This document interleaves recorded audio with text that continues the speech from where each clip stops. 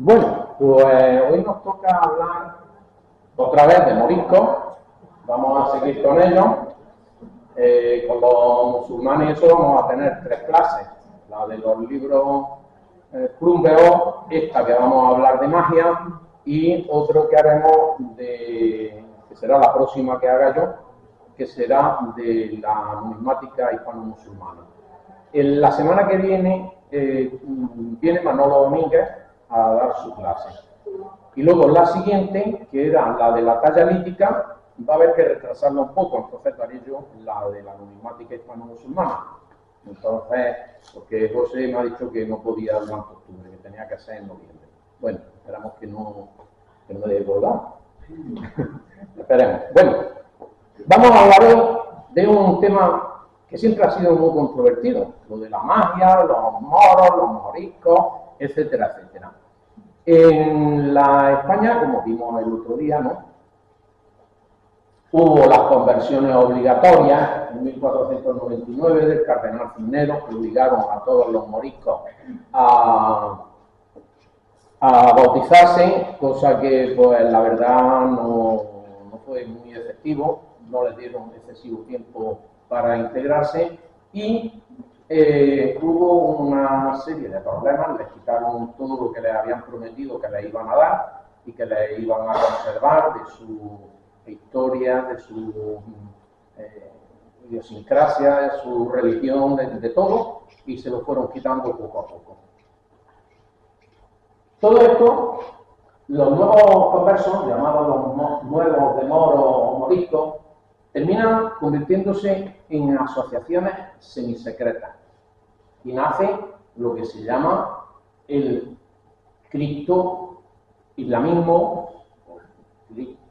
También, por otro lado, están los cristo-judeos, cristo-judaísmo, porque como no pueden expresar su religión, no pueden hacerla, pero ellos están convencidos de que lo que hacen es lo correcto, es lo bueno, pues entonces se convierten en sociedades completamente secretas. Tratan de ocultarlo para no sufrir las consecuencias que luego van sufriendo poco a poco.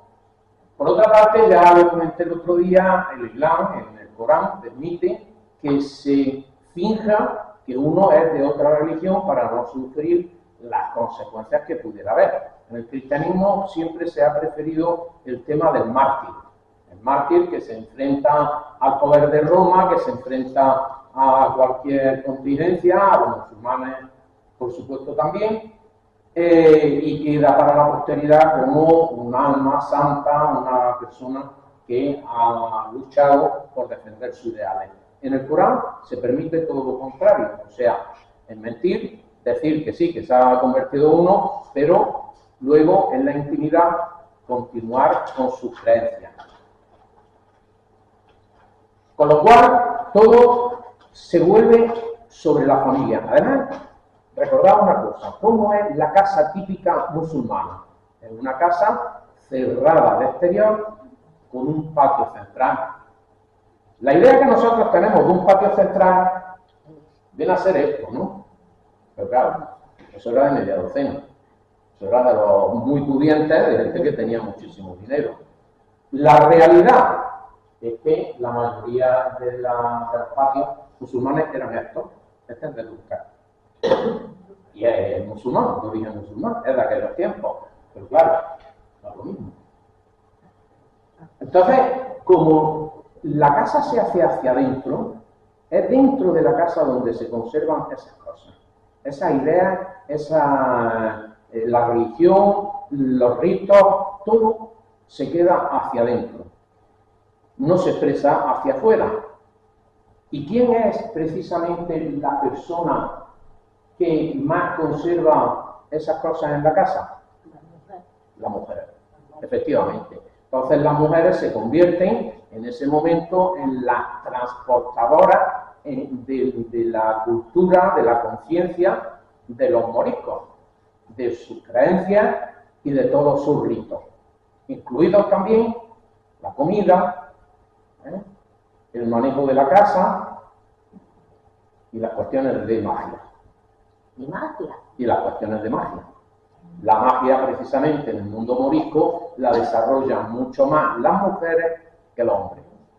Y ahí hay también una cosa que se mezcla un poco, lo de la brujería, con lo de las prácticas mágicas de las moriscas, que casi siempre eran brujas, no eran brujos, ¿no? ¿Sabes?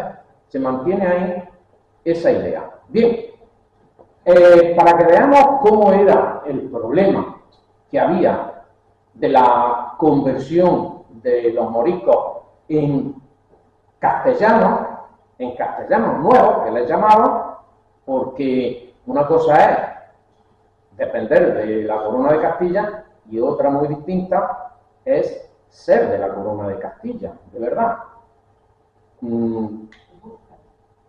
Trataron en los primeros tiempos de que se convirtieran completamente, no ya solo la religión, que la religión al final es solo una excusa, es una manera de decir que el que no se integra y mantiene la religión musulmana es porque no quiere ser castellano, no quiere ser ciudadano de pleno derecho de esta sociedad en la que nosotros estamos.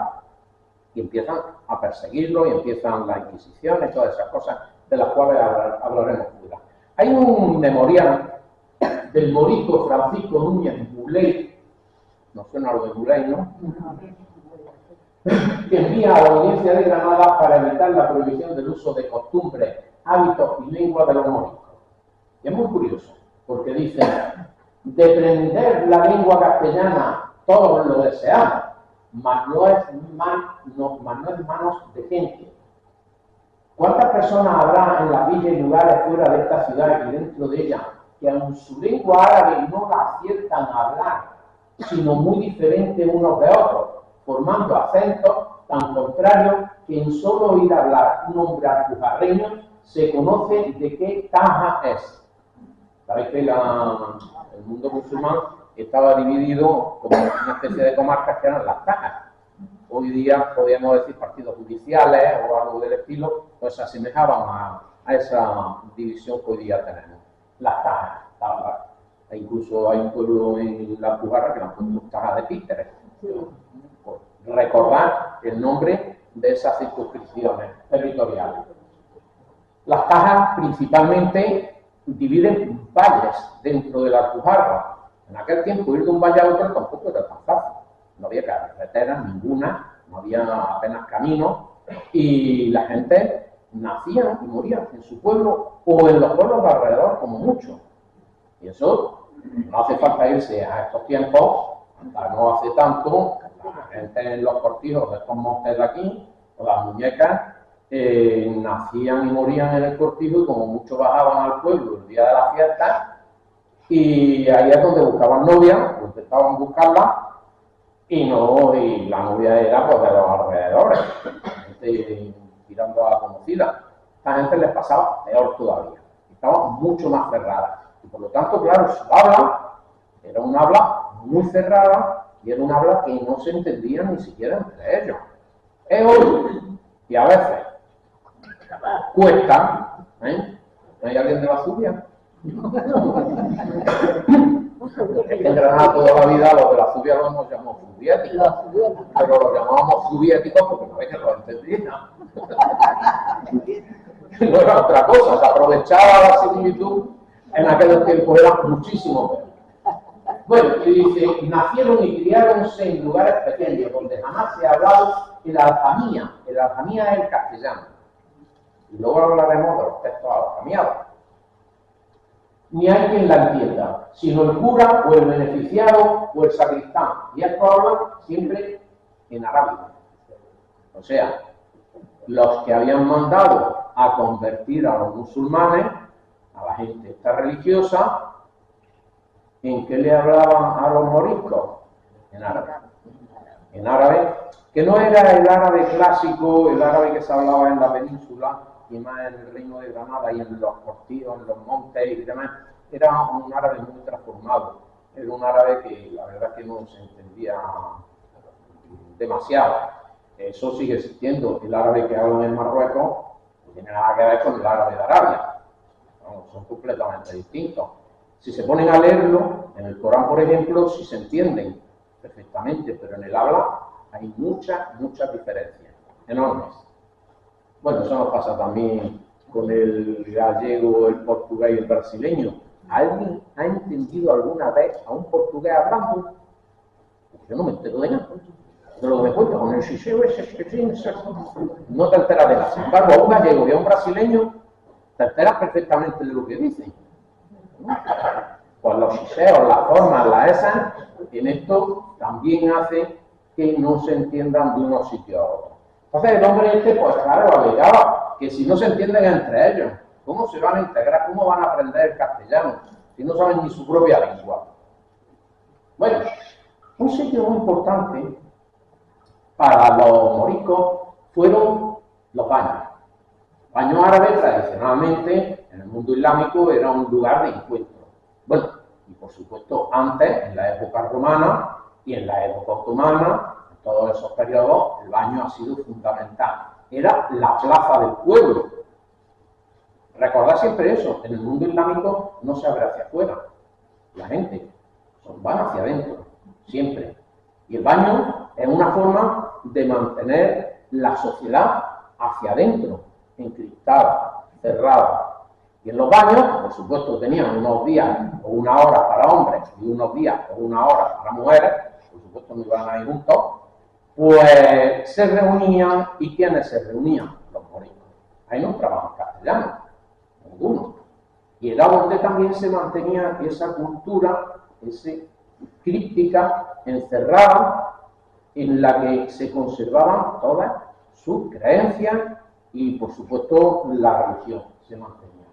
Hasta que en 1567, en el Reino de Granada, se prohíbe. Digo en el Reino de Granada porque ahora que hablamos tanto de autonomía, en estos tiempos había unas autonomías mucho mayores de las que hoy tenemos. El Reino de Granada era un reino que funcionaba como una auténtica autonomía, con sus propios gobernantes, con sus propias leyes, que eran distintas de las del Reino de Castilla, de las del Reino de Sevilla o de las de Aragón. Eran completamente distintas. Cada uno vivía de forma autónoma y cuando se produce la expulsión de los moriscos tampoco se producen todos los reinos de España al mismo tiempo. Cada uno dictando las leyes como las dictan, aunque hay unas leyes que nacen desde la Corte Central, pero luego efectivas se hacen en cada sitio de una manera completamente distinta. Siempre hemos tenido la idea esta de los baños árabes, muy sensuales, muy la esclava, con la otra muy blanquita, por supuesto, bañándola y demás, pero era realmente más esto. Es una especie de plaza del pueblo en la que se reunían y en la que conservaban sus creencias y sus rituales, y en la que se mantenían también todas esas rituales de magia de los que luego hablaremos. Textos aljamiados. ¿Qué son los textos aljamiados? Los textos aljamiados son unos textos escritos en castellano, pero con el alfabeto árabe. Como lo decía el otro día, no hemos hecho todos de chicos, no hemos inventado un alfabeto para escribir nuestras cosas que nuestros padres no enteraran, de si teníamos novia o no, de si habíamos hecho alguna barrabasada, lo escribíamos ahí muy crípticamente y, bueno, pues eso mismo hicieron los musulmanes. Escribían en castellano, pero, bueno, los musulmanes moriscos, escribían en castellano, pero el alfabeto era el árabe. Ahora veremos cómo compaginar eso, porque no es tan fácil, ¿eh? Sí, un poquito. Bueno, nos dice Alberto Montaner Frutos que prepararon huecos en las casas donde escondieron esos textos. Y de hecho, la inmensa mayoría de los textos aljamiados que tenemos provienen de encuentros que han echado abajo un edificio, que han ido a hacer una reforma y han aparecido. Entonces, en esos huecos, en esas hornacinas, les envolvían en paños de lino y esperaban volver, quizá, a... ¿En qué sentido tenía esconderlo? Para que no se los pillaran, porque luego empieza la Inquisición ya ahora veremos... Sí, ahora veremos cómo la Inquisición persigue los textos aljamiados. porque no saben lo que pone. Porque no saben lo que pone, pues puede ser peligroso para el Estado. Y no es tan fácil leerlo, Yo he intentado leer alguno y me diría. Cuesta trabajo leer un texto castellano de esos tiempos, pues imaginaros con alfabeto árabe. Tiene tela. Yo no me entero de nada. Bueno, le ponían saquitos de pliego, le ponían piedras de sal, le ponían elementos para que absorbieran la humedad y los textos que eran de pergamino normalmente se conservaban. Y veremos algunos casos muy interesantes. Esto, por ejemplo, un texto aljamiano. Ahora veremos de dónde venía, porque es de los más famosos. En los textos aljamiados había de todo. Hay Coranes escritos en aljamiado, hay textos herméticos de magia y cosas del estilo, hay leyendas, cuentos, historias, hay absolutamente de todo. La pena es que se han conservado muy pocos, porque algunos además son preciosos, son muy bonitos. Normalmente estaban como en una cajita. La encuadernación formaba una cajita para conservarlo bien y se cerraba y así se mantenían perfectamente. Estos son los textos aljamiados más famosos de todos. Estos se descubren en Zaragoza, en Almonacid de la Sierra, en 1884, al echar abajo una casa. Y se descubren 80 volúmenes. Lo malo es que los albañiles utilizaron algunos para prender fuego, para asesinarlos. De los que se conservaron, lo adquirió un cura, el padre Fierro, de la Escuela Pía de Zaragoza, un tío obispado y que sabía que aquello era algo importante, un hombre culto, y se le avisa a Pablo Gil y Gil, profesor y bibliófilo zaragozano, que adquirió todos los que pudo, el hombre. Y luego lo donó a la biblioteca, y son los que hoy día se conservan, y están en unas condiciones bastante buenas. Y luego los revisa, los estudia Francisco Codera. Este hombre, Francisco Codera, es uno de los arabistas más importantes que ha tenido España, y además al que le debemos muchas, por ejemplo, en mi mundo de la numismática, a Codera le debemos un artículo muy bueno que publicó en el siglo XIX, en los que te da una visión estupenda de ese mundo, del mundo musulmán y de la numismática musulmana. De él hemos aprendido mucho. Ahí tenéis uno de los textos aljamiados, el que antes os dije, ya veréis de dónde venía, es también de este grupo. Muy bonito ilustrado. Estos son rutas entre ciudades.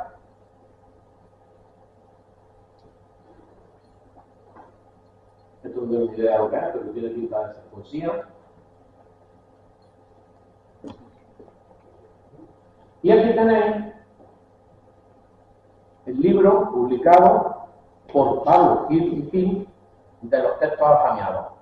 Ese lo he subido, está en internet, es gratuito su acceso, lo he subido a la plataforma. O sea, que tenéis acceso a él, podéis descargarlo, podéis verlo. He subido, creo que son 11 textos sobre la magia de los moriscos. Ahí tenéis para entretener una temporada. Lo has visto, ¿no? Ahí tenéis para leer un buen rato. Así que podéis echar todo el invierno leyendo lo que he subido ahí. Y hay cosas muy interesantes que, por supuesto, no puedo yo llegar aquí a contarlo todo, porque si no, muchas gracias, porque si no sería absolutamente imposible. Esta es la primera página, decano de la Facultad de Filosofía y Letras de la Universidad de Zaragoza, y los textos hacen una especie de copia los dibujos y demás, como una especie de facsímil.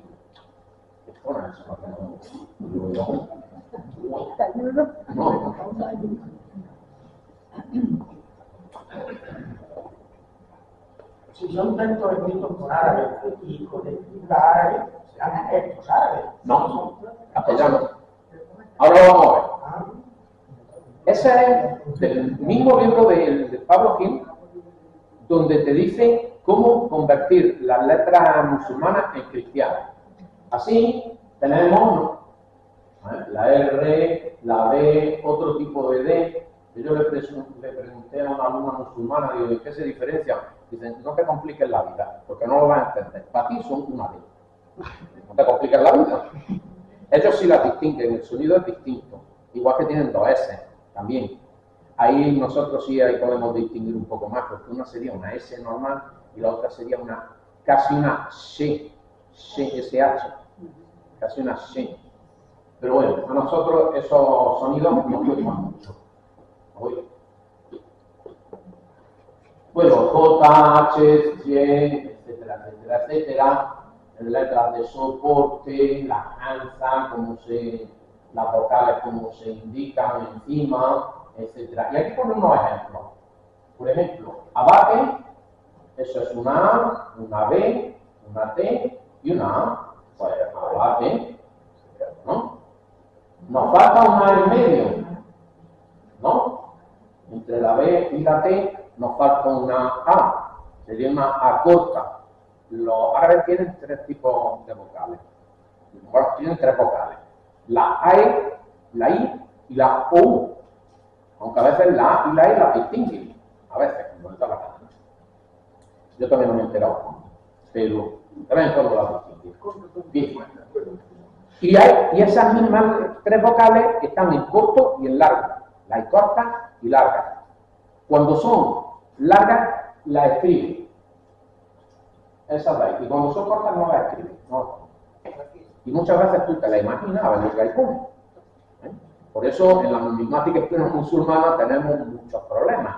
Porque a veces viene un nombre de alguien y empezamos a discutir los unos con los otros. Ah, pues ahí debe poner no sé qué, ahí debe poner no sé cuántas. Porque además en las monedas, todos esos punticos que hay arriba son los signos diacríticos que te dicen que es una vocal, si va a la voz. Todo ese tipo de cosas, eso no te lo ponen. Salvo muy contados casos. Por ejemplo, para distinguir una AIN y una GAIN, la AIN es parecida a una A y la GAIN es una G. Pero hay más problemas para convertir ese vocabulario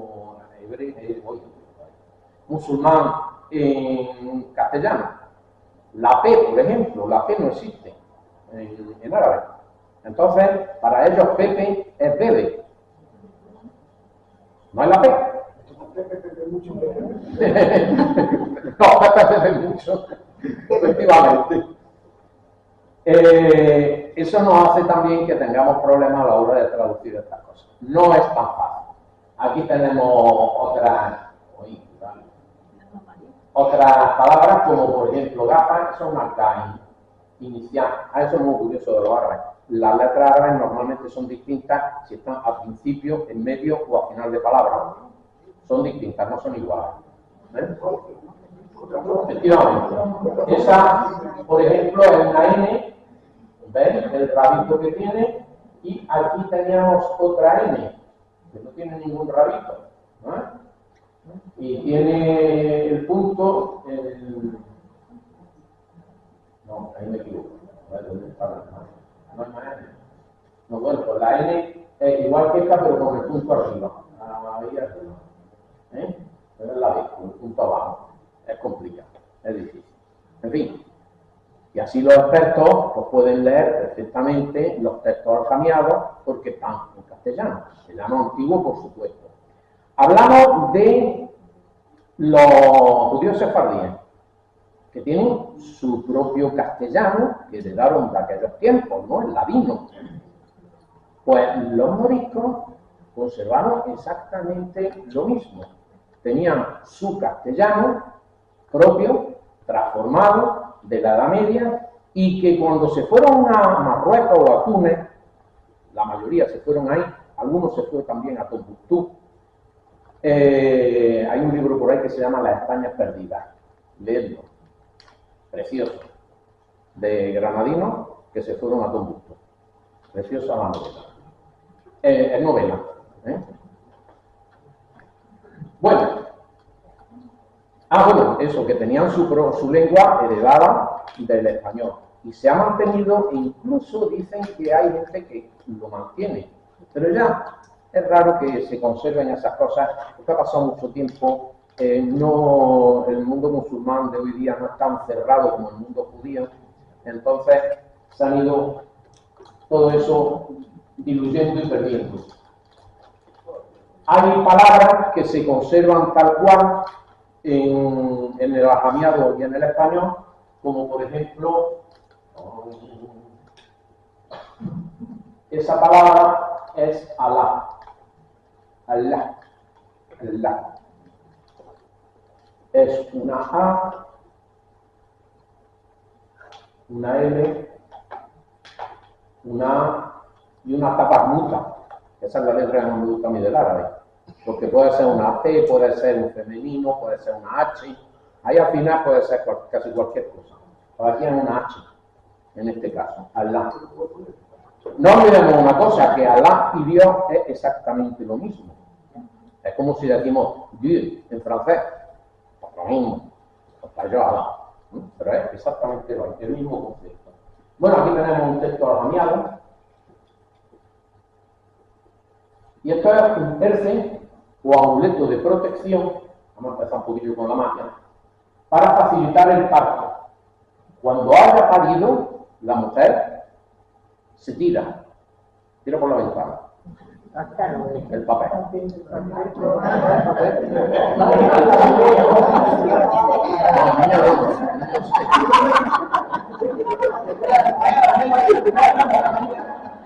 Se tira el papel. Bien. Aquí tenemos otro. Una preguntilla. Sí. Con los tres laterales, que me parece muy bien, además se entiende perfectamente. Pero yo me imagino que un día se encontrara un texto ajamiado que no sabían si era o no era. Porque Efectivamente. era un texto en árabe. Sí. Y al principio le dieron unos dolores de cabeza porque no tenían narices de traducirlo. Y eso fue en el siglo XIX, cuando se dan cuenta. Y en muchas bibliotecas había textos ajamiados, que, bueno, muchas. En algunas bibliotecas había textos ajamiados que nadie había conseguido traducir. ¿Qué pone aquí? ¿Qué pone aquí? Hasta que se dieron cuenta de que estaban en castellano. Claro, eso hubo muchos debates durante siglos y los expertos no se ponían de acuerdo en el tema. Y por eso sería una de las cosas por las que la Inquisición fue en contra de ellos, porque no sabían lo que ponían. Ahí va. Este. Ya tenemos otro. Esto de aquí es un texto en ajamiado, un erce, o sea, para aliviar algo, para... que le requisaron a Caterina Ojer, de Favara de Lavat, o sea, por Valencia, donde había muchísimo molusco, Procesada en 1583. El tener estos textos era suficiente para que la Inquisición te juzgara, te procesara y te juzgara.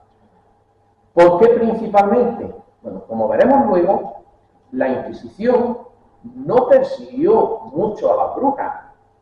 Y luego veremos las razones de por qué. Porque tenemos la idea de que la Inquisición, que eran unos bestias, unos salvajes, unos bárbaros, que cogían a la gente, la desmembraban y tal. No. Eran gente muy culta. Y eran gente que pretendían defender al Estado, al reino de Castilla. Es lo que intentaban.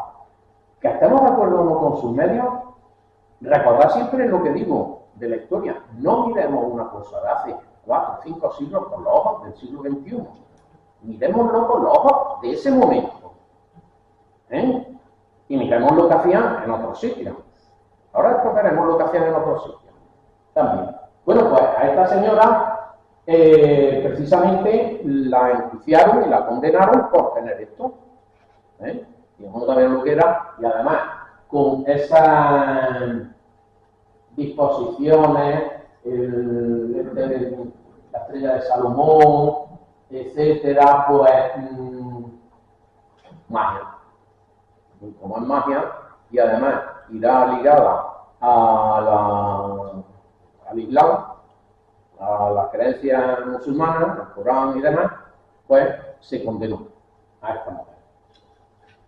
Aquí tenemos uno que es también muy curioso, texto ajameado, en que es un galimatías, porque este es un Corán manuscrito del siglo XVI, aljamía y árabe, escritura magrebí, pero también está en castellano, única traducción integral del Corán al español que se conserva desde la época moderna arimonista, copiado en letras latinas en 1606 por un obispo aragonés anónimo, probablemente de Villafelice, en Zaragoza.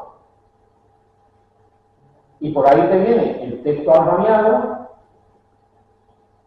he intentado leer algo, y no tenía narices.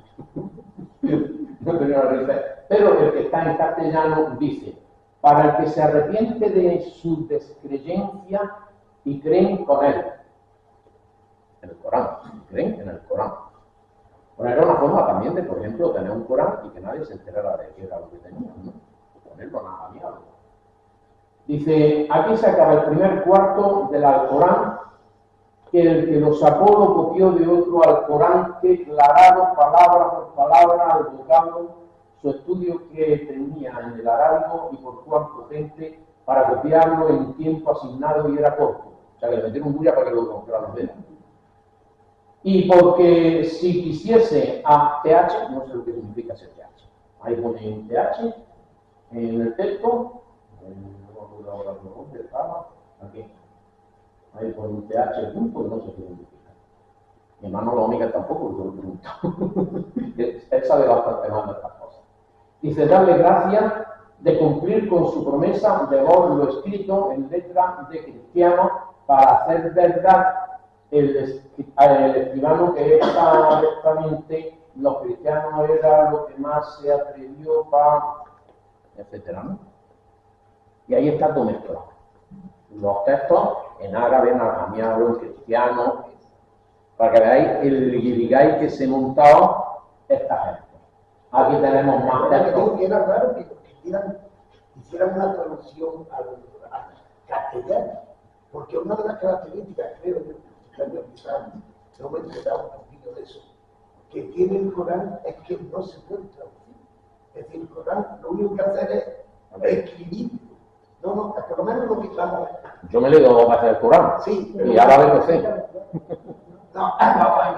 Nosotros estuvimos en esta publicidad, la Mezquita Azul, nos dieron un librillo en el que comparaba el Corán con el cristiano.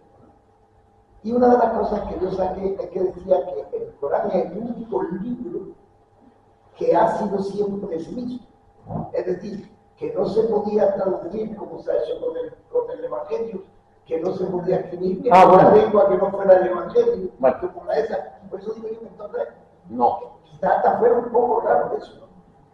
No, bueno, en todo caso, a lo que podrían referirse que no ha sido versionado, no ha tenido versiones posteriores, pero el Corán es un libro curioso. Yo me lo he leído 2 veces por curiosidad, y una de ellas era a conciencia para ver dónde pone en el Corán que la mujer es inferior al hombre y cosas parecidas.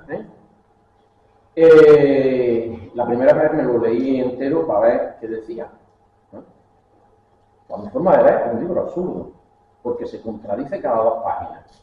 Dice cosas contradictorias completamente. No sigue un ritmo, no sigue, que según la tradición, vino San Gabriel y se lo dictó a Mahoma, a Muhammad, pero Mahoma no sabía escribir. Y lo copiaría quien fuera. Entonces, pero luego el Corán le han añadido cosas, igual que a la Biblia le añadieron los hechos de los apóstoles y cosas parecidas, pues al Corán le han ido añadiendo también cosas.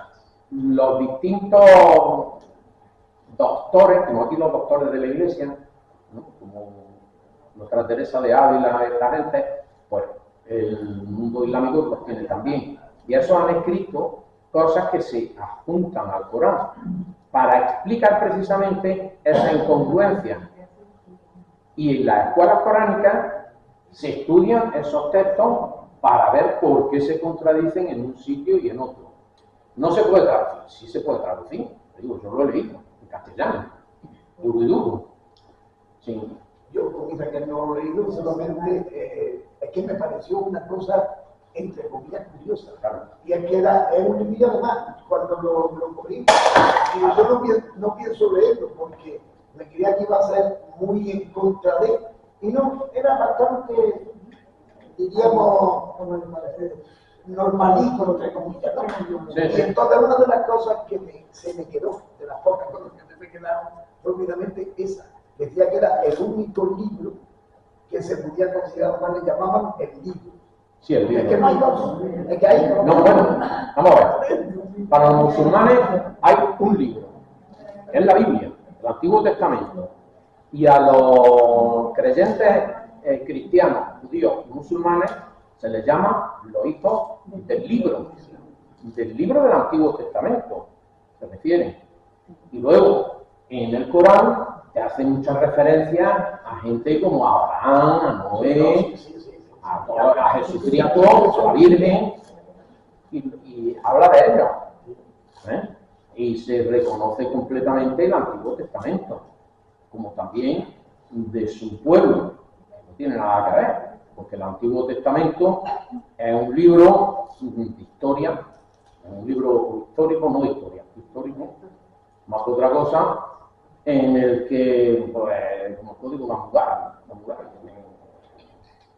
O sea, vamos a darle al pueblo una serie de normas, porque si lo dice Dios, harán más caso que si lo dice el rey.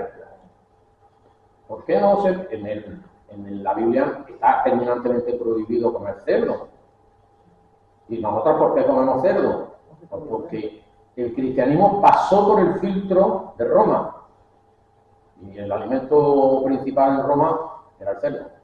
Así que lo cambiaron rápidamente y por eso comemos nosotros cerdo. Y los judíos, los musulmanes no comen cerdo. ¿Y por qué no comen cerdo? Porque está prohibido en los textos. Está prohibido en la Biblia, expresamente, si vais la Biblia y lo buscáis, lo pone. Está prohibido. También comer serpiente y cosas del estilo. Yo he probado las serpientes, está muy bien, no me ha pasado. No pasa nada, han dicho, está bien, es limpio. No comería nunca cucaracha y cosas de esas. Lagarto y eso sí es comido. ¿Por qué se prohíbe el cerdo? Por la triquinosis. En aquellos tiempos hubo una serie de epidemias de triquina en Oriente muy grandes. Y la triquina en aquellos tiempos era mortal. Al que le daba, se moría. Y además con unos dolores terribles, porque se meten las larvas en los músculos y cada movimiento que hace es un sufrimiento inaguantable. Es una enfermedad muy grave. Hoy día no. Hoy día hay medicamentos que te los tomas, sigue siendo enfermedad grave, pero ya es muy raro que nadie se muera de triquina.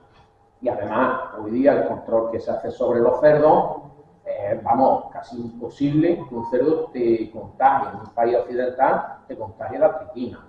¿Dónde se ha dado triquina en España en los últimos tiempos? En jabalís. Jabalí cazado por furtivos que lo han... el último caso que yo recuerdo fue un furtivo que cazó un jabalí y una carnicera que era amiga suya lo fileteó y lo vendió como jabalí. Pero claro, el jabalí cuando se caza tiene que pasar por el veterinario que certifique que no tiene triquina. Por cierto, los corzos y esos animales también pueden tener triquina, no solo el cerdo. Y también nos comemos a los ciervos, a los corzos y toda esa gente. Bueno, este es un texto almamial, es un códice misceláneo de fragmentos del Corán, diversas plegarias. Ahí va todo. Anónimo, manuscrito del siglo XVI-XVII en árabe y en arramiado, escritura mabedí. Normalmente me ponía una cosa en negro y la otra en rojo. Aquí vemos la palabra Alá. Aquí vemos la palabra Alá también. Una cosa curiosa del árabe es estos espacios, cuando necesitan rellenar una zona, ponen una raya y queda muy chulo. Pueden estirar y comprimir mucho las palabras. Aljameado en hebreo, pues también lo hay. También los judíos se apuntaron al carro y se dedicaron a hacer textos con escritura judía, pero en español. Bueno, en castellano. En aquellos tiempos, por ejemplo, ese. Aquí casi que no decir. Porque esto lo tengo en el puñetero de idea. Este en cursiva. Y este impreso. Este es un texto impreso con letras judías, pero escrito en castellano. Y esto por el aspecto debe ser del siglo XVIII o así. Y aquí me voy a permitir que os ponga una canción. Es para lo que quería los alcalazos. Esto es una muasaja. Que la encontré, digo, esta tengo que ponerla porque es preciosa. Es una cosa preciosa. Las muasajas eran canciones del mundo musulmán, al musulmán, que se escribían normalmente en árabe, pero que también la hay en aljamiado, o sea, están cantadas en castellano, pero con un acento entera, ni una palabra, absolutamente de nada, igual que los portugueses. No hay manera de que te enteres de lo que dicen. Veréis qué cosa más bonita. Vamos a ver si se escucha bien. Luego irán saliendo debajo los textos que están cantando. Veréis también qué poesía más bonita.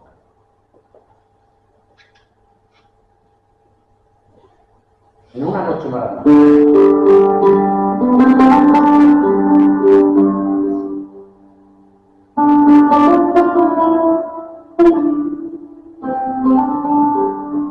Tiene primero un preámbulo, solamente música, y empiezan a cantar después.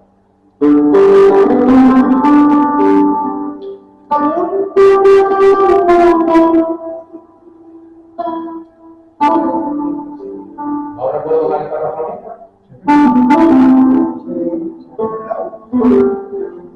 Sí, pero la forma de tocar parece que está sonando flamenco.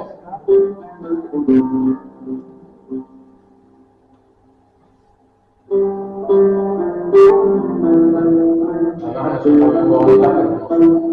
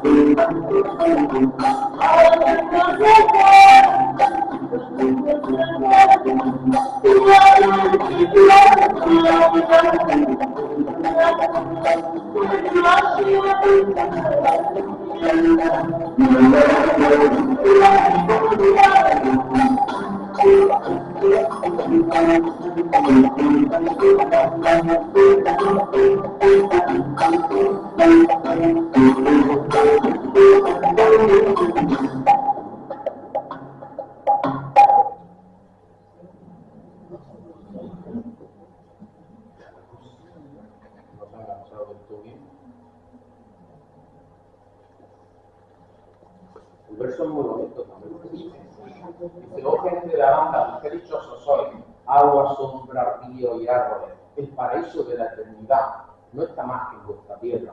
Si yo escogiera por esta hostaría, no temáis entrar en el infierno, no se castiga con la desdicha a quienes ya vienen del paraíso. Pero bueno, y eso si cualquier persona ahora lo lee y lo entiende perfectamente. Yo eso lo estoy entendiendo. Claro, porque lo he escrito yo en castellano. Ah, bueno. Si Pero es que eso es una traducción de la canción. Claro, una traducción de la canción. Al pasaje de un estribillo en castellano antiguo, Las harchas eran, no, las muasajas son estos, son versos que pueden estar cantados a uno y luego se le añaden unos estribillos que son las harchas, que tuvimos un grupo musical que se llamaba Harchas, pero conocemos todos, que es de nuestros tiempos.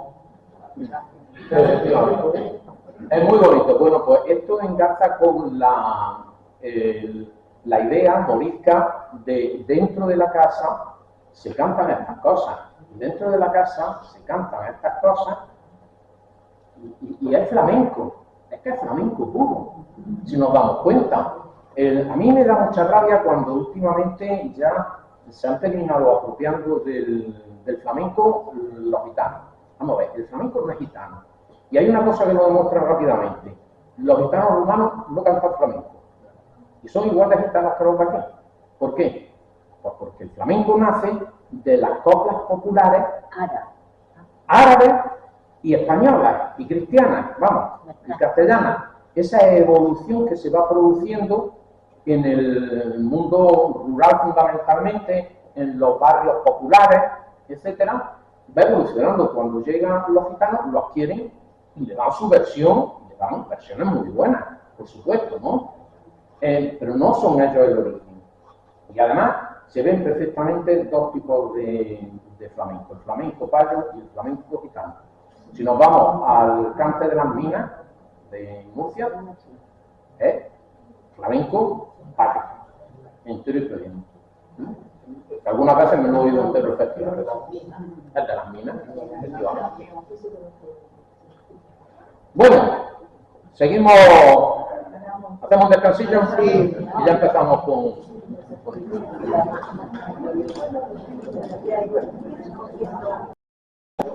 Bueno, recomenzar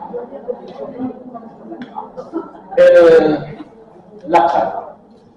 Más Moristo, razón de su existencia. ¿Por qué ocurre este fenómeno? Es interesante estudiarlo. Pues en primer lugar porque hay una evolución de supersticiones previas del mundo musulmán, que son muy propias de ellos, que incluso vienen algunas recogidas en el Corán. Recordemos que el Corán es el libro básico de la ideología islámica, y ahí vienen recogidas. Y habla, ahora veremos, de muchas de las cosas que vamos a ver. Es un acto de resistencia cultural, además. me prohibí mis cosas, pero yo, RQR, mantengo esto encerrado por debajo sin que nadie se entere, o intentando que nadie se entere, etc.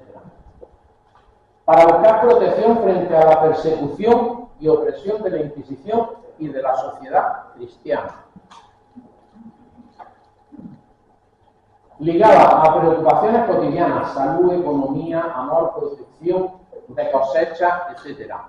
En la página esta que os he dicho de YouTube, en mi canal de YouTube, hay varias conferencias. Una, por ejemplo, que hablo de los amuletos de Al-Ándalus, o sea, que viene muy relacionada con esta clase, y alguna otra cosa que podéis ver de estos tipos. Una, por ejemplo, era de los santos sanadores. Los santos sanadores eran unas sagas de santos que algunos habréis conocido, el Santo Manuel, por ejemplo, famosísimo. Bueno, pues ahí cuento mi experiencia con el Santo Manuel, vivida directamente con él, y podéis verla en el vídeo, podéis verlo allí en mi canal de YouTube.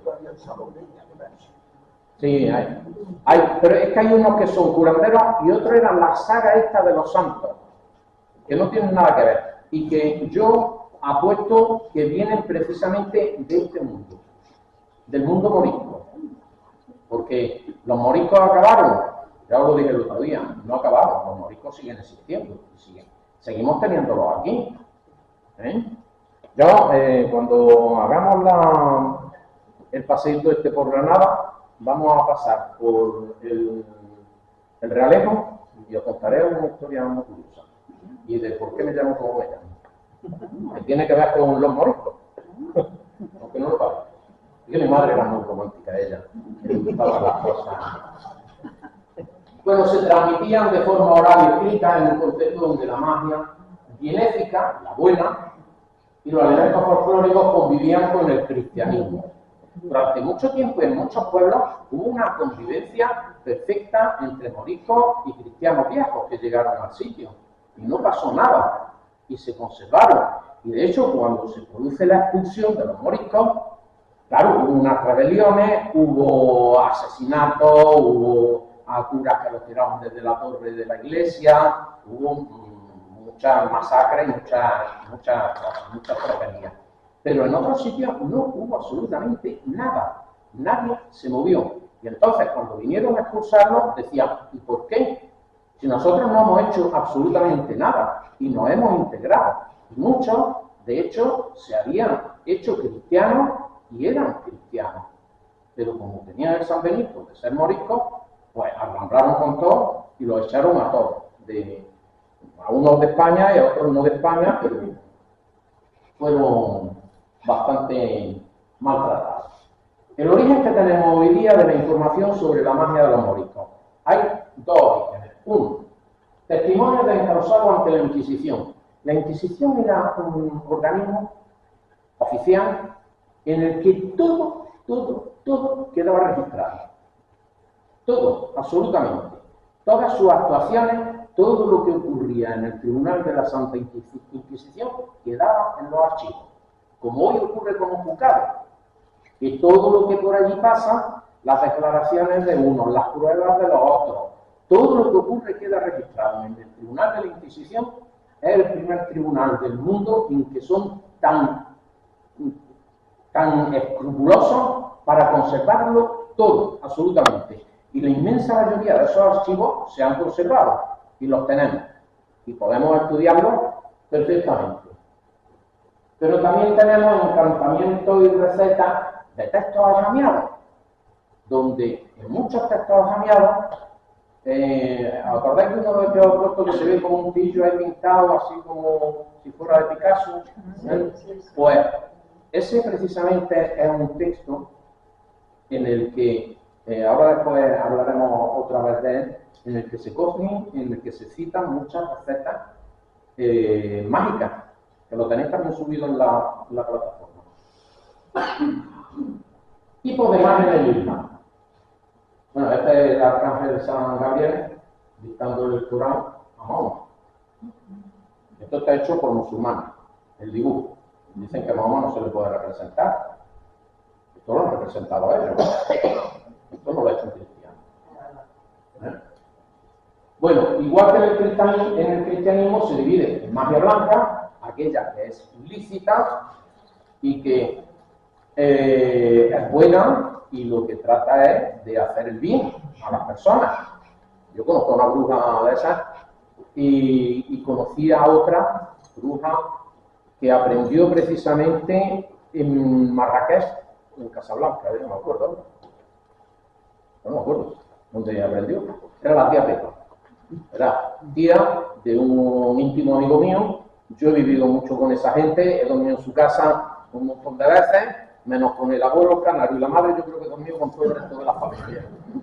Porque a veces se iban las muñecas y me iba yo con ellos a su apartamento, y cuando había más gente en la guerra dormíamos como podíamos, y todas esas cosas. Es una gente con la que he vivido mucho. La tía Pepa, que está bueno, me parece de dormir, estaba allí siempre, era soltera, en su juventud, por lo visto, fue muy alegre, y conoció al doctor no sé qué, me lo ha dicho 40 veces el nombre, pero no se me ha quedado, y este doctor era el que le enseñó la magia blanca, y ella hacía saumerio, echaba las cartas, etcétera, etcétera, y a la mujer de un sobrino suyo, que era mi amigo, le enseñó a hacerlo, pero no sé por qué, al final lo ha dejado, no lo ejerce.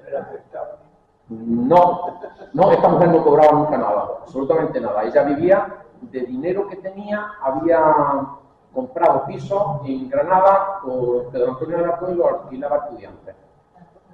No cobraba nunca nada y todas las cosas que hacía de magia eran para los amigos. Conozco a otra que me gustaría traerla un día. No dentro de este espacio, pero aquí a Motril quisiera traerla. Hablé con el Ateneo y quedamos en la posibilidad de traerla y que nos hablara de la magia. Lo que pasa es que es una mujer que ella no está acostumbrada a dar una conferencia así. Entonces, pues sería más sentarme yo con ella y hacer un diálogo, una entrevista. Me quedaría, yo creo que es una mujer muy interesante. Bueno, el mago obtiene su magia a través de Dios. Eso medio lo consiente el Corán.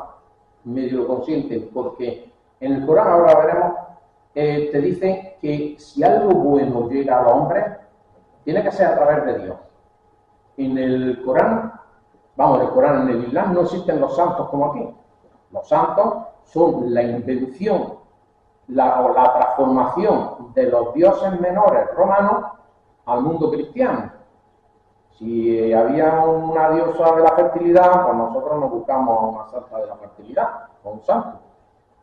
Y hacemos esa transposición. Y los dioses menores los transformamos en santos. En el Islam eso no existe. Existen los santones, ahora después hablaré un poquillo de ellos también, pero no son exactamente lo mismo. Y existe la magia negra, aquella que es ilícita y que está absolutamente condenada en el Corán, en todos sus apartados. Ahí no se contradice en ningún sitio. La repudia completamente. Bueno, la semilla es la magia blanca en Al-Ándalus. Ciencia encargada de obtener información a través de los espíritus ocultos para el beneficio del ser humano. Solo personas de alma pura y buen corazón pueden aplicar esta magia. O sea, una persona, entre comillas, podríamos decir, santa.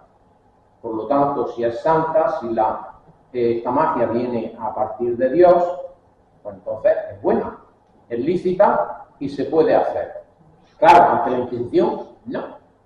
La Inquisición, toda magia, es mala. Pero ya veremos.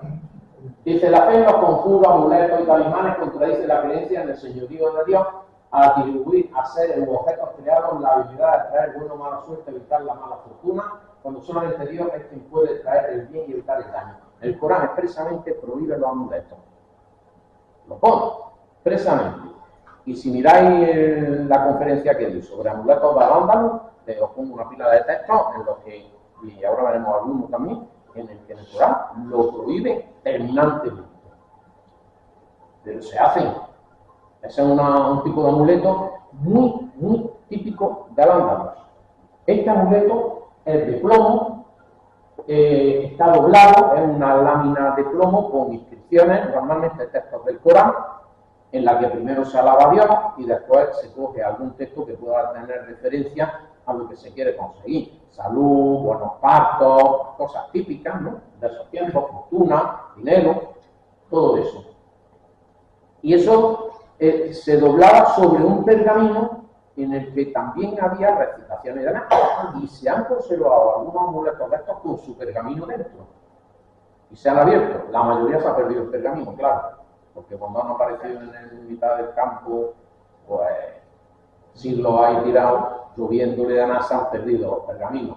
Muchos de ellos. Hay una página, por cierto, en internet que se llama Amuletos de Al-Ándalus, si a alguien le interesa. Es una página fantástica que hizo Sebastián Gaspariño, el pobre falleció, fue el que me dio la posibilidad de empezar yo a publicar cosas de numismática en una revista que llevaba él, que se llama Mancuso, ahora la lleva otra, una doctora que se llama Ana Serrano, y estaba yo haciendo una buena relación con él cuando de pronto íbamos a publicar una cosa nueva, dejó de contestarme a los emails. ¿Qué pasa? Este hombre que hay que ver con siempre lo educado, lo correcto que ha sido, y no me contesta. Empiezo a indagar hasta que me dice uno que lo conocía, dice que estamos mal, que tenía un cáncer de cerebro y cuando lo operaron, murió. Y ya me dijeron, pues mira, no salió del quirófano. No, una pena, pero la página y su legado de lo que hizo está. Si lo buscáis, Amuletos de Al-Ándalus, lo encontráis. Y hay montones. Su colección de amuletos se vendió, se subastó. Y se subastó por expreso deseo de él. Y se preparó esa subasta cuando él estaba todavía vivo. Lo que pasa es que se realizó ya después de muerto. Nadie se esperaba que muriera tan pronto. Las malas lenguas. Que nos va a vender, que no sé cuánto, que nos ha engañado, que la familia, que... No, la familia no. Fue él el que lo quiso vender. Ahora hay otro que se llama Tafik Ibrahim, que se llama así, es español, de pura cepa, y es uno de los mayores coleccionistas de monedas musulmanas del mundo y está subastando su colección. ¿Por qué? Porque también está una pata aquí y la otra en el otro. Y quiere venderla antes de morirse para darle a su heredero el dinero y no las monedas. En fin, seres malignos son los que provocan la magia negra y los que con ellos cohabitan, los que con ellos tienen trato y demás.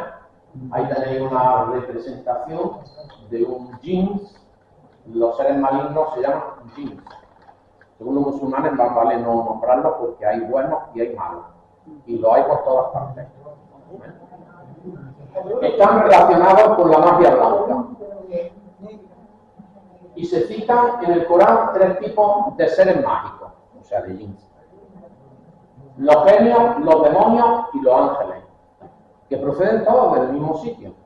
Proceden del fuego. Los dos primeros, o sea, los genios y los demonios, son malignos y surgen del humo. Mientras que los ángeles son los benignos y proceden de la luz del fuego.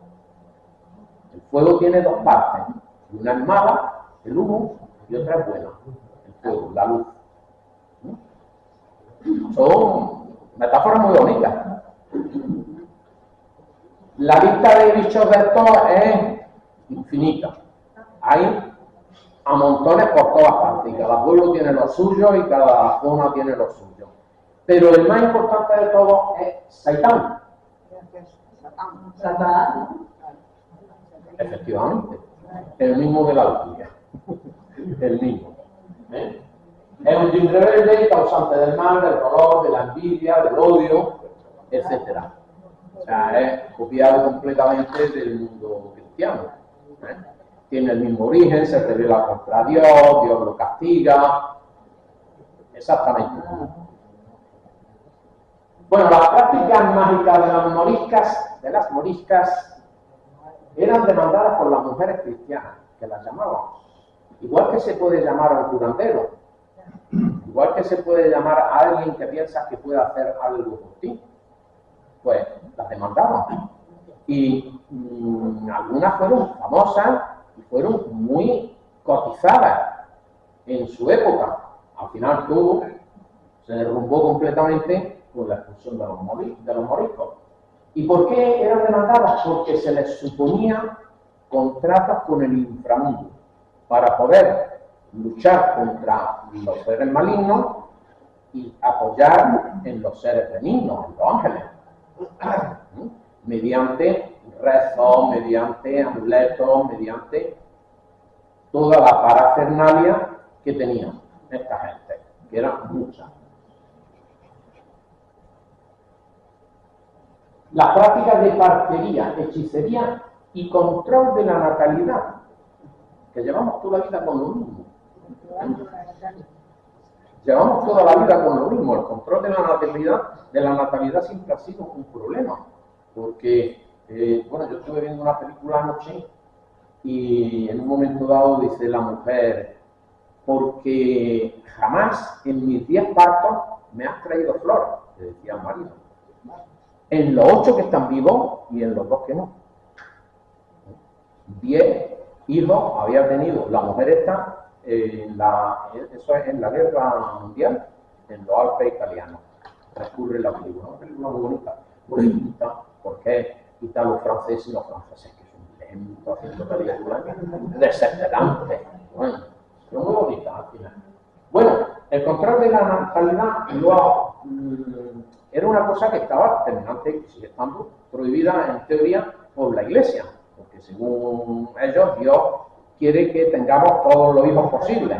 Claro, hoy día eso no nos entra en la cabeza, al 99% de la población, y decimos, no, mira, vamos a tener los hijos que podemos y que en esta sociedad podemos desenvolvernos con ellos, ¿no? El dinero no es para tener 20 hijos. Y claro, hay organismos de mujeres que pueden tener 20 hijos. Pero no. Y en aquellos tiempos pasaba exactamente lo mismo. Claro, también decían en aquellos tiempos, ten mucho para que alguno quede. Eso se ha dicho hasta no hace tanto tiempo. Hasta no hace tanto tiempo. Los métodos anticonceptivos, pues, incluían el aborto. Estas mujeres hacían abortos, terminantemente prohibido por la Iglesia, por la Inquisición. Una mujer que hacía abortos, eso era un delito grave, muy grave en aquellos tiempos.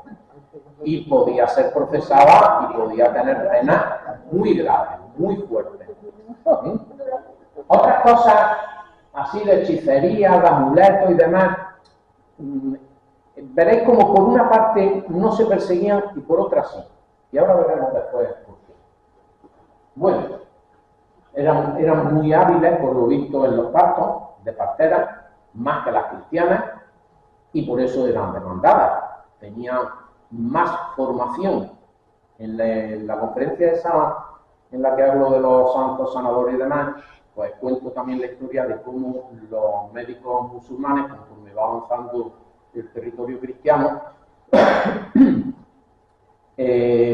muchas veces no los dejan ejercer, porque son profesiones liberales que se le prohíben a los mudéjares. Pero esa gente tenía unos conocimientos que había adquirido, que había estudiado, y claro, no podían dejar de ejercerlos cuando sus familias se ponían malos por el vecino de al lado. Le pasaba algo, pues ellos lo ejercían y lo mantenían. Y muchos curanderos, de los auténticos curanderos, no de los sinvergüenzas que hay autores por estos sitios, venían de ahí precisamente, de ese mundo, y se había ido heredando esos conocimientos, unos un poco esotéricos y otros irreales, de plantas. Yo estuve de médico en un pueblo en el que me dice el médico titular, era una sustitución, dice, Rafael, se llama, no me gusta ver. Dice, hay un curandero en el pueblo. Dice, no te metas con él, ni él se meterá contigo. Él sabe cuál es su sitio. Él sabe qué puede curar y qué no puede curar. Si él ve que hay síntomas, porque él sabía diagnosticar bastante bien, el curandero, si ve que hay síntomas de un cáncer, de una apendicitis, de algo del estilo, él le va a decir a la persona que venga a verte, sin ningún problema.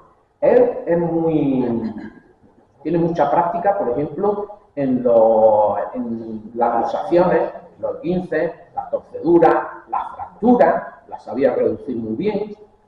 Las verrugas, no sé por qué estos curanderos suelen tener mano con las verrugas, no entiendo, pero bueno, lo tienen. Y demás. Y efectivamente, había gente que llegaba a la consulta, es que he venido de ver no me acuerdo el nombre, con la memoria que yo tengo, a fulanico, y me ha dicho que venga usted, pero que él me va a dar un remedio para esto, pero que venga usted para no sé qué otra cosa que tal, que cuando, y había una convivencia con el curandero, sin problemas de ningún tipo. Y en muchos sitios ha existido esa convivencia. Prácticas mágicas. Vamos a hablar de algunas. No puedo contarlas todas porque son miles. ¿Ven? Algunas de las así más curiosas. Por ejemplo, la adivinación por la ciencia de las letras o in al-huruf, que consiste en lanzar 3 veces un palito. Ese palito lleva en cada una de sus caras grabada una letra. La alif, que es la A, la ba, que es la B, la jim, que es la G, y la dal, que es una de las B. Que representa al fuego, el aire, el agua y la tierra. Al tirarla 3 veces consecutivas salen 64 combinaciones. Y esas 64 combinaciones se corresponden con determinadas partes del Corán. Entonces, al tirarlo te da una referencia de cómo tienes que actuar ante el problema que tú le has pedido a la persona. El palito era una cosa parecida a esto, con sus letras. Aquí estaría la alif y aquí estaría la ba. Y por el otro lado, la otra dos, la jin y la dal. Se tira y se va viendo. Esto hay muchos juegos también en otras culturas en las que tiran unos palos y según caen los palos, no uno solo, son varios y de colores o con frases cada uno de ellos, los tiran y según caen, así hacen la predicción. O sea que no es único.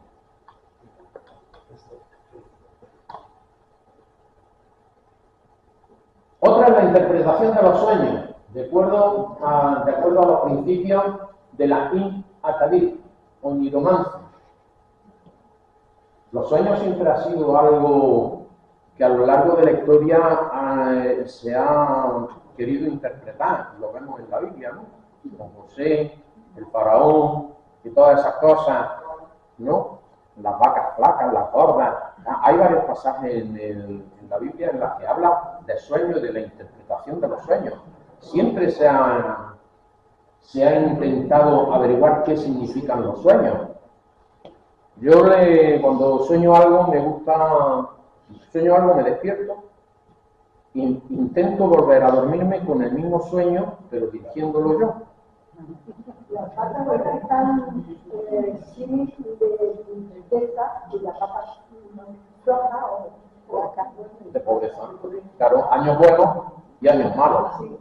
Era a lo que se referían, efectivamente. Entonces me gusta enganchar los sueños y continuarlos y demás. Y esta noche me ha pasado, a las 3 de la mañana me desperté, tenía un sueño en el que estaba hablando yo con uno que fue un compañero mío. Y luego, Ilvana y demás, ¿qué significan los sueños?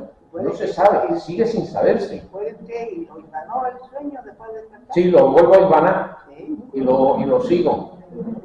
¿Habéis oído hablar del mindfulness?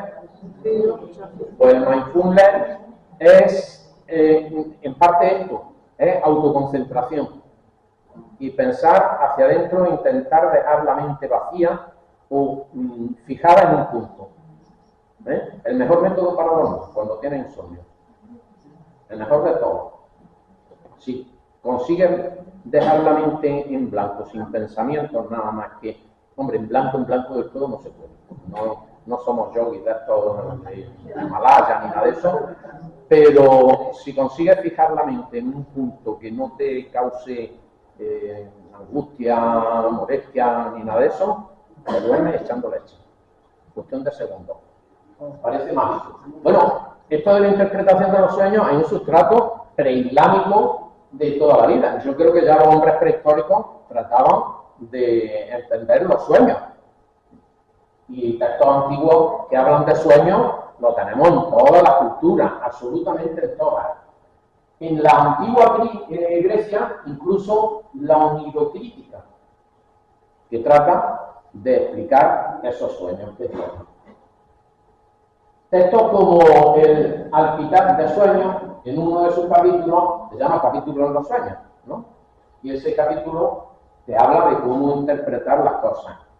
Hay un libro muy conocido de Sigmund Freud que se llama La interpretación de los sueños. No se ocurra ver. Es la cosa más absurda, más diosa, no te enteras absolutamente de nada, ni te explica nada, y va siempre a lo Freud, a su idea de la sexualidad y de que todo está metido en la sexualidad. Hombre, es parte importante de nuestra vida, pero no es todo, no es el 100%. Pues para los sueños son tú, no es el... A los trabajos lo llevaban para los reyes y todo. Sí, sí, sí. Y la interpretaban los sueños, sí, claro que sí. Era un tema importante. Por eso los moriscos también se especializaron en la interpretación de los sueños. Y se lo interpretaban entre ellos y a los cristianos, que los llamaban. Pero eso es lo mismo que los judíos, vamos a ver. Los judíos estaban metidos en el mundo del Al-Ándalus y en el cristiano, en todas partes. Y muchos judíos llegaron a tener cargos muy importantes, en plan virrey, en plan secretario, en plan de todo. Y de pronto un día pegan el hachazo y lo echan de España. Salvo a los que se convirtieron, que luego los persigue la Inquisición, los que mienten. También hablaremos de eso. Y los musulmanes les ocurre lo mismo. Los musulmanes que después de la expulsión de los moriscos han llegado a cargos altos, muchos. Ya veréis. Bueno, hay otros tratados como la Risala al-Qusariyya de Abdul Qasim y al-Karim. Ben Qasim al-Qusayri. Qusayri, eso es una punja que significa que es de Qur'an. Interpretación de los sueños depende de la pureza del espíritu, del durmiente, así como de la posición y del momento de la noche o del día. Es lo que interpretan los moriscos con los sueños. Es complejo y, por supuesto, no lo conozco. El patronazgo de la ciencia esotérica, y se sigue haciendo hoy día, es de Salomón. ¿No sé por qué? A Salomón le han encasquetado todo lo del mundo oculto, todo lo de la ciencia oculta, las magias y todas esas cosas, se le han encasquetado a Salomón como si fuera un santo patrón de la magia. Y en todos lados que hay algo de magia vamos a ver la estrella de Salomón, típica estrella de Salomón. Aquí, por ejemplo, podemos ver una cosa muy curiosa que os la vais a encontrar en cualquier texto musulmán, y es la Sahaba. No Dios, sino un Dios. Ese primer Dios en castellano lo pondríamos en minúscula y el segundo en mayúscula, o sea, no hay más Dios que Dios, no existe otro Dios más que el Dios único. Muhammad, Rasul, Alá, o sea, Muhammad o Mahoma, el enviado de Dios. Esa es la Sahaba, o sea, la expresión de fe de los musulmanes que está hasta la saciedad en todos sitios. Y en el mundo de la numismática, para matar, en todas partes, absolutamente. Y de ahí, de esto derivan esquemas exorcísticos, remedios para el tratamiento de enfermedades, búsqueda de tesoros. Eso dio también Manolo Domínguez en una conferencia sobre la búsqueda de tesoros y todas estas cosas, como se le preguntaba a los moriscos y demás, dónde estaban los tesoros, y un poco me encontraron. Unos bisabuelos míos, gente con bastante dinero, eran dueños de media puerta real, pues se arruinaron, porque decidieron buscar tesoros, entonces se metían por las noches en una caja de muertos, con sus 4 velas, e invocaban a los espíritus para que les dijeran dónde estaban ocultos tesoros. Compraban el edificio donde le habían dicho los espíritus, supuestamente, que había un tesoro, echaban abajo el edificio, buscando el tesoro, nunca apareció ningún tesoro, hasta que al final se arruinaron completamente. Esa no te pasa mío, vos perdidos los pobres. En fin, ¿qué le vamos a hacer? Por lo menos me habría llegado alguna herencia y no se hubieran arruinado. Bueno, y se realizaba a partir de técnicas de control de los seres sobrenaturales. Otra vez volvemos a los jinns esos que hay por ahí, a esos seres del otro mundo, del inframundo, que unos son buenos y otros malos, y que podemos controlar. Sobre la medicina hay muchas relatos, no puede venir Sí. Sí. Claro que sí. Y de duendes, en el mundo cristiano más se le denominaban duendes. Y los duendes podían ser buenos o malos. Pero ¿no sabéis cuál es el duende más importante en Andalucía? ¿No lo conocéis? Se ha perdido su historia, es una pena. Los ratones colorados. ¿Habéis oído eso de sabe más que los ratones colorados? Pues los ratones colorados no es una frase así dicha por gusto. Los ratones colorados son los duendes de Andalucía. Y son los que enredan en la casa, los que te cogen algo y lo esconden, y a lo mejor te aparece 2 años después y se encuentra. Y ni con el nudo ese de esa...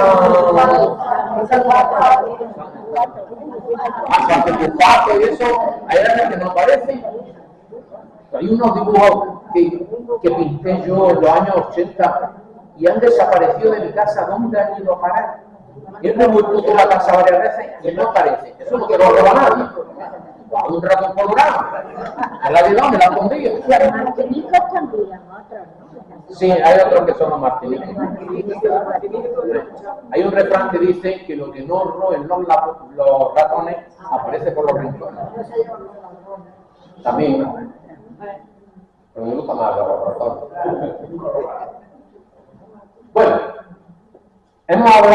Bueno, hemos dicho al principio que íbamos a hablar de exorcismo. En realidad el Corán no habla nunca de exorcismo, como tales, pero sí habla de posesión. No se describen posesiones de Saitán, pero aborda la existencia de los jinn que pueden poseer a personas, animales o objetos. Eso se transmite también en el mundo cristiano y prácticamente en todas las culturas, que hay posesiones de entes malignos sobre las cosas, las casas, los típicos estos que se mueven los cuadros, estas cosas, las sillas, todo eso, ¿no? Los poltergeist. Bueno, todo eso está en todas las culturas, no solamente en la cristiana o en la musulmana. Entonces, eso sí lo admite el Corán, aunque no habla de que el propio Saitán posea a la persona, se meta dentro de ella, puede influirle, puede hacer que sean malas, puede hacer que hagan cosas malas, pero no que las posea directamente como el sentido que tiene el cristianismo de la posesión de Satanás. Es distinto. Por eso si me representan a los demonios, al Saitán me lo representan a mí.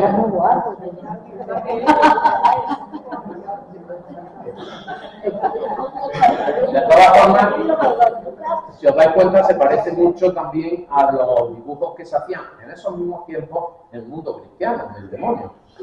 Parece muchísimo. Los cuernos, los tornillos y las patas. Las patas de cabra. Bueno, existen prácticas en el Islam respaldadas por versículos coránicos usadas para expulsar a los espíritus a través de oraciones y rituales de purificación. Lo que quiere decir que existe una especie de exorcismo, aunque no lo reconozca como tal. Y busca la expulsión de entidades mediante recitación de versículos del Corán, como es eso tal, equilibrio espiritual y demás. Igual que los exorcismos cristianos, que se recitan frases de la Biblia para expulsar al demonio de la persona poseída. Bueno, ante la necesidad de un exorcismo, que puede ser individual o comunitario, se invoca una figura religiosa o se realizan prácticas que mezclarán el Islam con otros elementos de cultura popular y la superstición de la época. Esto es muy típico de cada zona, tienen sus propias supersticiones, sus propias ideas.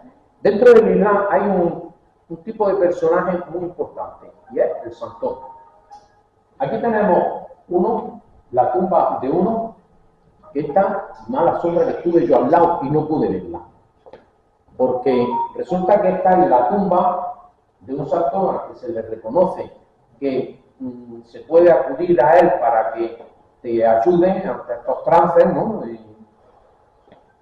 De que pudiera haber posesiones y demás. La tumba del santo Sidi Ben Qasim y de Boabdil. Según los últimos datos, parece que Boabdil está enterrado ahí. Se han hecho con georradar inspecciones y hay 2 cuerpos, cuando solo debería haber uno, el del santo, el del santo. Y por determinadas textos y determinadas cosas parece que efectivamente ahí está enterrado Boabdil. Y os digo, yo estaba a 500 metros, pero en ese momento no lo sabía. ¿Sí, no? Habría ido a ver hombre hasta el Sano. La Inquisición. Bueno, vamos acabando. La Inquisición no es una cosa nueva, que se inventaron los reyes católicos porque sí, porque una mañana amanecieron y dijeron, vamos a hacer la Inquisición. No, señor. La Inquisición viene de mucho antes. Textos históricos nos hablan de que en 1184 el Papa Lucio III encarga a los obispos de investigar a los sospechosos de herejía en sus diócesis y hace una especie de tribunales como de la Inquisición, similares, no se llama Inquisición, por supuesto. En 1231, Gregorio IX la establece como institución judicial bajo su directa autoridad para perseguir la herejía. 1231 en Roma, en el Vaticano. Y desde ahí, en todos los estados pontificios y, por supuesto, en todo el mundo de la cristiandad. Con más o menos poder en unos sitios que en otros. Todavía no se había inventado la Inquisición. Eso afecta a Francia e Italia. Por cierto, he estado estos días haciendo la ruta de los papas. ¿Por qué tal? En Roma, en Aviñón y en Peñíscola. Los 3 sitios de papas. 3 dioses papales, efectivamente. En 1478, ahí sí los reyes católicos instituyen la Inquisición. 1478. Estamos hablando antes de la toma de Granada, que fue en 1492. Y afecta a los territorios españoles. ¿De qué se encarga? Pues de perseguir a herejes, a judaizantes conversos, a blasfemia, a bigamia. La bigamia, el mundo musulmán es polígamo por naturaleza y era una de las cosas que más perseguía la Inquisición. Lo que pasa es que tampoco es muy fácil demostrarlo a veces. Si un tío tenía una mujer y 2 o 3 más que podían pasar como las criadas de la casa, o la prima que vivía con ella. A veces era complicado, pero realmente era una poligamia. Y se encarga de perseguir eso. Antes de los reyes católicos, y afectó a España, Portugal, Sicilia y Cerdeña, o sea, los territorios más cercanos. Entonces fueron los papas los que lo iniciaron. Claro, fueron los papas los que iniciaron la Inquisición. Incluso en el caso de los reyes católicos, es el Papa el que delega la autoridad en ellos y les dice que creen en la Inquisición.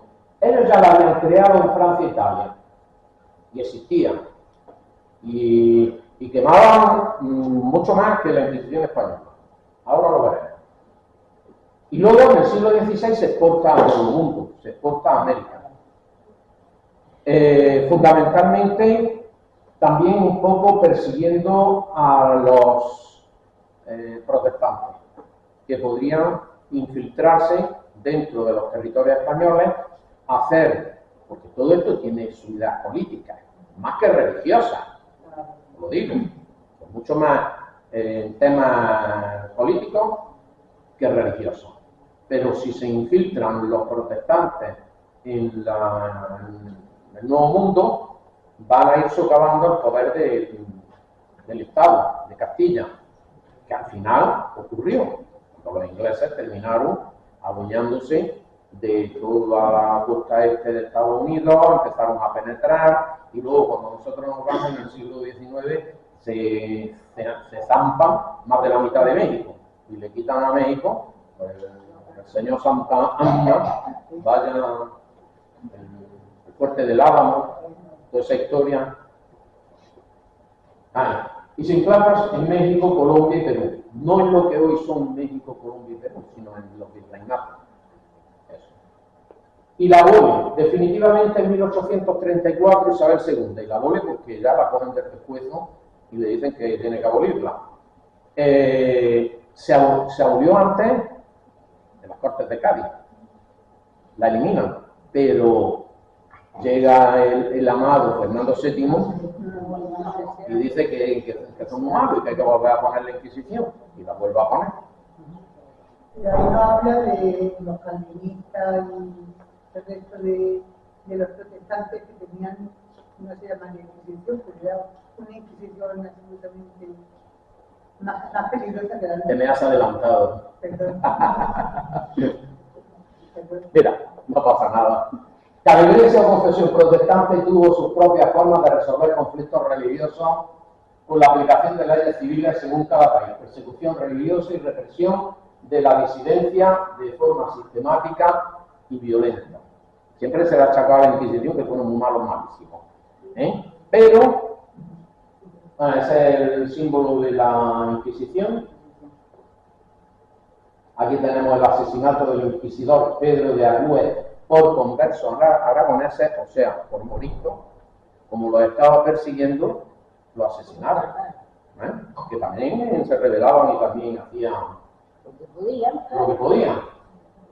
Se le han achacado a la Inquisición la quema de personas, de brujas sobre todo, los martirios. Pero, entre mediados del siglo XV y mediados del XVIII se produjeron de 40.000 a 60.000 condenas a pena capital por brujería, la mayor parte en Alemania y países vecinos, donde no teníamos nosotros competencia, ni la Inquisición. Que consta. Y si hacemos una estadística, que ya alguien me la ha hecho, de gente que mataron por culpa de brujería, principalmente, ahora veremos que la Inquisición no se dedicó principalmente a perseguir la brujería, ni muchísimo menos. La brujería, ahora veremos que la consideraron, bueno, no tiene mucha importancia, no la persiguieron mucho. Fueron, Guaramurdi y cosas del estilo, fueron casos concretos que hubo en algún sitio, pero principalmente la Inquisición no le preocupaba mucho la brujería. Era su menor preocupación. Si vemos aquí, el país donde más gente condenada a muerte, la mayoría de los quemados vivos, fue en la culta Alemania, alrededor de 20.000. Polonia, Francia, la culta suiza. Miguel Servet, ¿os acordáis? ¿No? Sí. Pues Miguel Servet no fue la Inquisición, ¿no? Fueron los calvinistas suizos los que se los cepillaron. Inglaterra, Escocia, Dinamarca, Italia, Chequia, Austria, vamos bajando, Hungría, Luxemburgo. Fijaros Luxemburgo que es Luxemburgo. Un chiquitillo. Y tuvo muchísimo más gente ajusticiada que España. Suecia, Liechtenstein. ¿Qué es Liechtenstein? Un barrio. Si Liechtenstein está en lo alto del cerro, ahí entre Italia, Suiza, Alemania, Austria, que es nada, un cerro. Y fijaros que tuvo más gente, mató a más gente por brujería que España. Pero luego malos a los españoles. No han contado otra cosa. Eso es. Pero ¿sabes cuál es lo malo? Que nosotros mismos no lo hemos creído. La leyenda negra, que da para hacer una charla entera, la leyenda negra la empiezan los holandeses. Y cuando los ingleses se dan cuenta, dicen, cuño, si esta es un arma maravillosa para destruir a España. Y empiezan a generalizarla, difundirla y a decir lo malos, malísimos que éramos los españoles. E incluso imprimen libros en los que me ponen que los españoles mataban por todos lados, degollaban, violaban, destrozaban. Era terrible lo malísimos que éramos los españoles. Sin embargo, cuando llegan los ingleses a Estados Unidos, a lo que hoy es Estados Unidos, América, y arrasan con todas las tribus de allí, eso no, en ningún sitio lo citan. Eso no les parece mal, ¿no? Nada. Ellos son buenísimos, pero nosotros somos los malísimos. Un apartado sobre la invasión de América, y los ingleses invadieron Estados Unidos y se quedaron de indígenas en 0,9 Claro. de indígenas. Hoy mira los indígenas que hay en la parte española y son mayoría. El 90%. ¿Sabes? Además ellos dicen, nos decían, los españoles siempre mezclaste con nosotros, pero los ingleses nunca. Nunca. Y leyes como, por ejemplo, en Nueva Zelanda, en la que pagaban por la cabeza de un nativo de allí, que le llevaban una cabeza y te daban dinero, eso España nunca lo ha hecho. Nunca, siempre ha estado condenado. Pero somos los malos. En fin. Bueno, aquí tenemos la quema de una bruja septuagenaria, que septuagenario en aquellos tiempos era, como decimos Matusalén, era en Holanda, en 1597.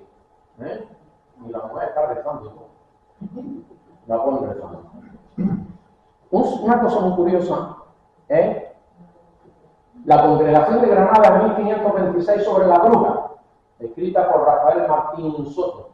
Lo publiqué yo en internet con permiso de él, me puse en contacto con él porque lo publicó en una revista que se llama Alhóndiga, que es una revista de Granada, de cosas de Granada, muy interesante. El último número subí a Granada expresamente a comprarlo porque es sobre las conexiones que hubo entre Fez y Granada en época musulmana. Me subí a Granada a comprármelo expresamente. Es una revista muy buena. Pues en este artículo me habla de que hubo una reunión en Granada de las gentes más importantes de la Inquisición, venidos de toda España, a los cuales se le hicieron varias preguntas para que determinaran una respuesta. Y les preguntaron, ¿cometen las brujas los delitos que dicen o se engañan? Si los delitos se han cometido realmente, ¿qué castigo debe dárseles? Delito está hablando, por ejemplo, cuando se hablaba de que mataban niños, de que cogían doncellas y las sacrificaban en un altar y les sacaban el corazón. Se refiere a ese tipo de cosas, ¿no? Cosas graves. Si se engañan y no han cometido esos delitos, ¿deben no obstante castigárseles? Si los delitos de la brujería corresponden a la Inquisición, y si es así, ¿cómo debe tratarla? ¿Tiene la brujería que ver la Inquisición o los tribunales civiles? Si los acusados deben ser juzgados por sus confesiones, sin otras pruebas, confesiones obtenidas muchas veces bajo tortura. Y se plantean aquí que esas confesiones bajo tortura no son válidas, no sirven. Si no hay otras pruebas evidentes, dice, se le da de castigar con pena ordinaria.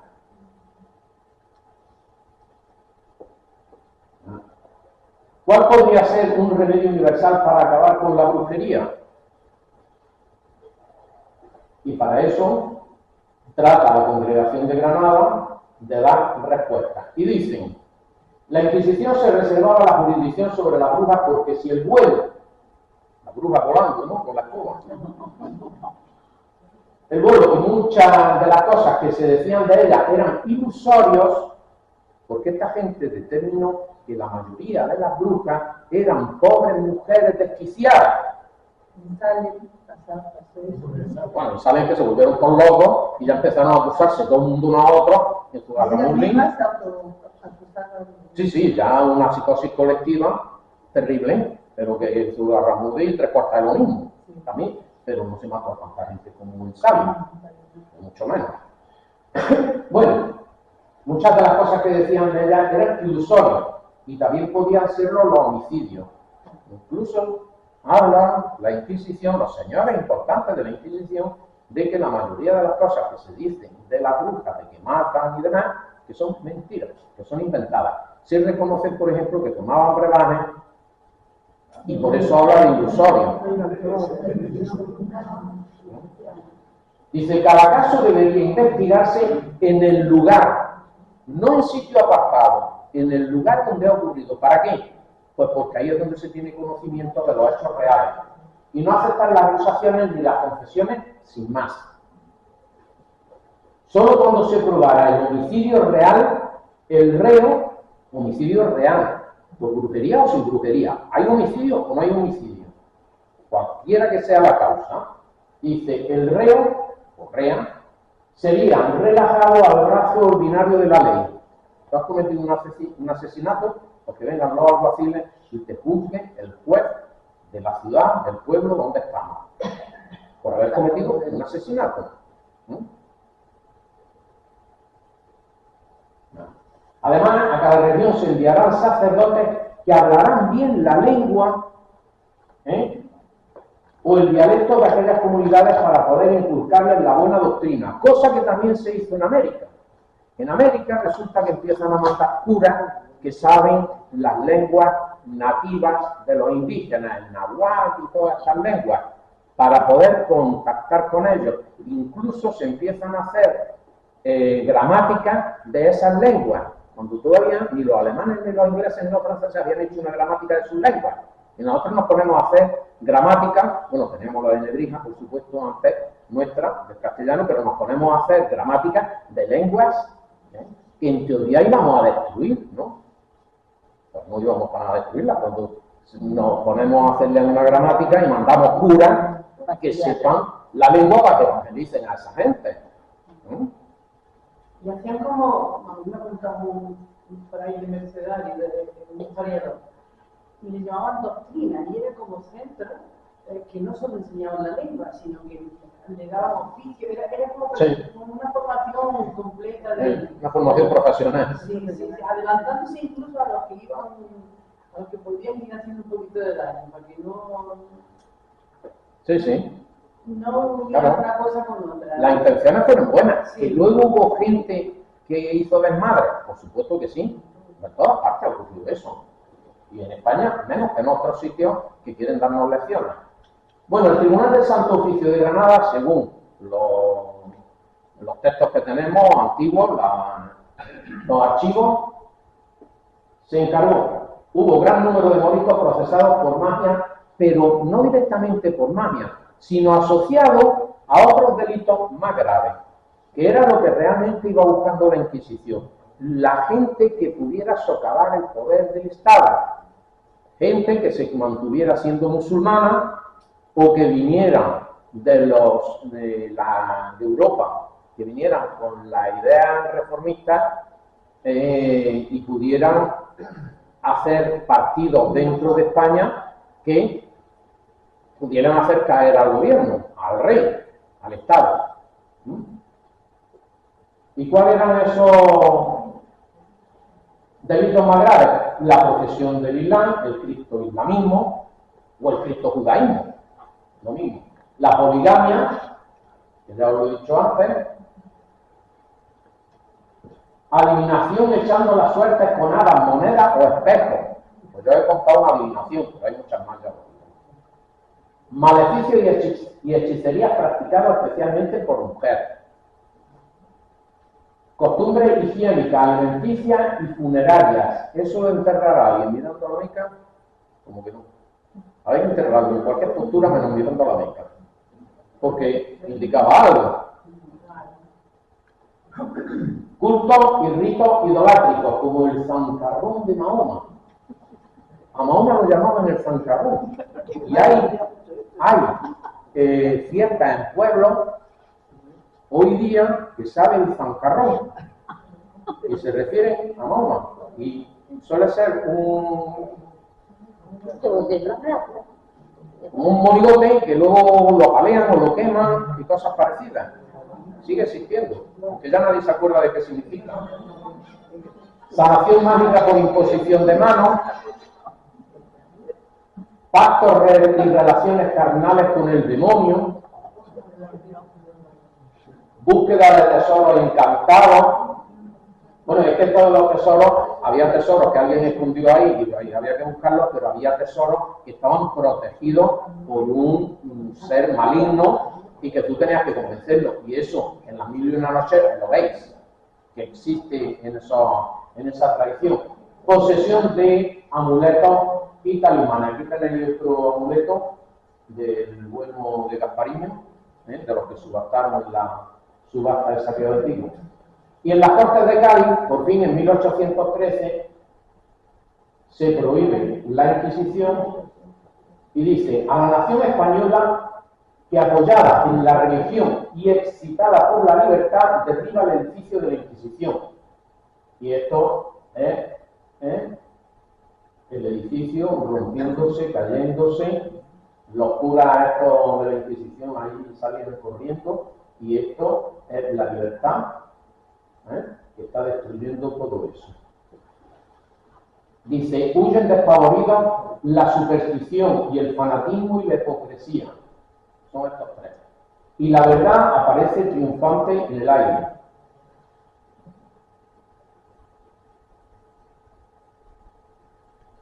Esto funciona regular. Muchas gracias.